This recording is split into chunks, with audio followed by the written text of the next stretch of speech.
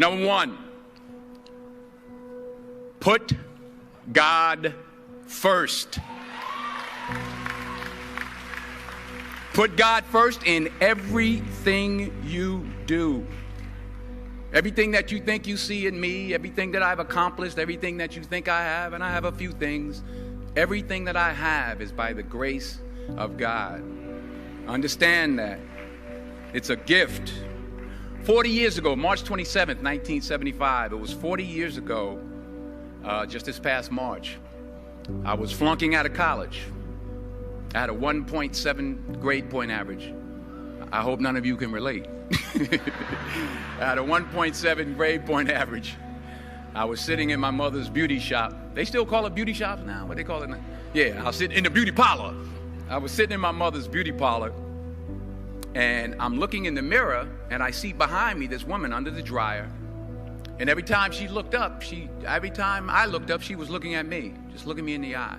And I didn't know who she was, and I said, she said, somebody give me a pen, give me a pencil. I have a prophecy. March 27, 1975, she said, boy, you are going to travel the world and speak to millions of people. Now, mind you, I flunked out of college. I'm thinking about joining the army. I didn't know what I was going to do, and she's telling me I'm going to travel the world and speak to millions of people. Well, I have traveled the world, and I have spoke to millions of people. But that's not the most important thing, the success that I had. The most important thing is that what she taught me and what she told me that day has stayed with me since. I've been protected. I've been directed. I've been corrected.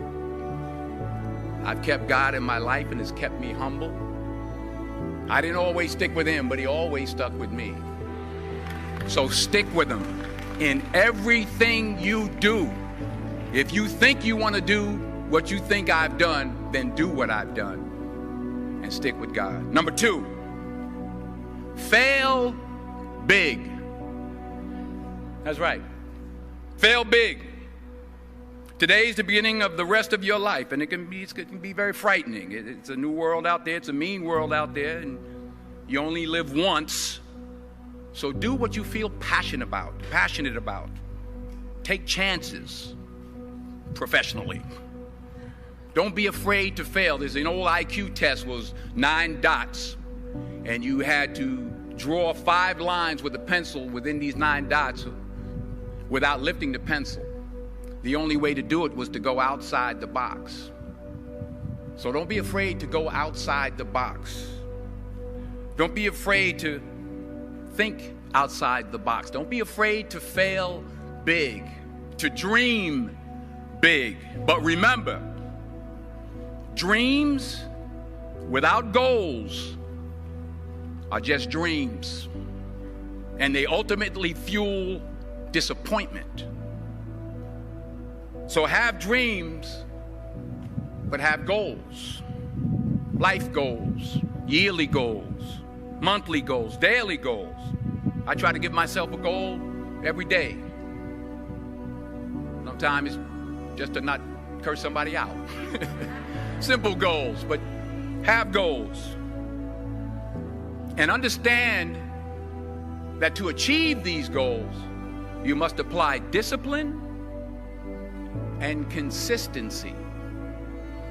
In order to achieve your goals, you must apply discipline, which you have already done, and consistency every day, not just on Tuesday and miss a few days. You have to work at it every day. You have to plan every day. You've heard the saying, we don't plan to fail, we fail to plan. Hard work works. Working really hard is what successful people do. And in this text, tweet, twerk world that you've grown up in, remember, just because you're doing a lot more doesn't mean you're getting a lot more done. Remember that. Just because you're doing a lot more doesn't mean you're getting a lot more done. Don't confuse movement with progress. My mother told me, she said, yeah, because you can run in place all the time and never get anywhere. So continue to strive, continue to have goals, continue to progress. Number 3, you'll never see a U-Haul behind a hearse. I'll say it again. You'll never see a U-Haul behind a hearse. I don't care how much money you make, you can't take it with you. The Egyptians tried it. They got robbed. That's all they got. You can't take it with you. And it's not how much you have. It's what you do with what you have. We all have different talents. Some of you will be doctors, some lawyers, some scientists, some educators, some nurses, some teachers. Yeah, okay. Some preachers. The most selfish thing you can do in this world is help someone else. Why is it selfish? Because the gratification, the goodness that comes to you, the good feeling that I get from helping others, nothing's better than that. Well, one or two things, but nothing's better than that. Not jewelry, not big house I have, not the cars, but it's the joy. That's where the joy is, in helping others. That's where the success is, in helping others. Finally, I pray that you put your slippers way under the bed tonight, so that when you wake up in the morning, you have to get on your knees to reach them.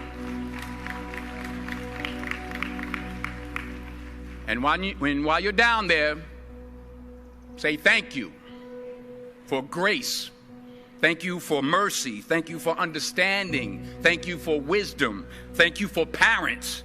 Thank you for love. Thank you for kindness. Thank you for humility. Thank you for peace. Thank you for prosperity. Say thank you in advance for what's already yours. It's how I live my life. That's why I am, one of the reasons why I am today. Say thank you in advance for what is already yours. True desire in the heart for anything good is God's proof to you, sent beforehand to indicate that it's yours already. I'll say it again. True desire in the heart, that itch that you have, whatever it is you want to do, that thing that you want to do to help others and to grow and to make money, that desire, that itch, that's God's proof to you, sent beforehand already to indicate that it's yours. And anything you want good, you can have. So claim it. Work hard to get it. When you get it, reach back. Pull someone else up. Each one, teach one. Don't just aspire to make a living. Aspire to make a difference.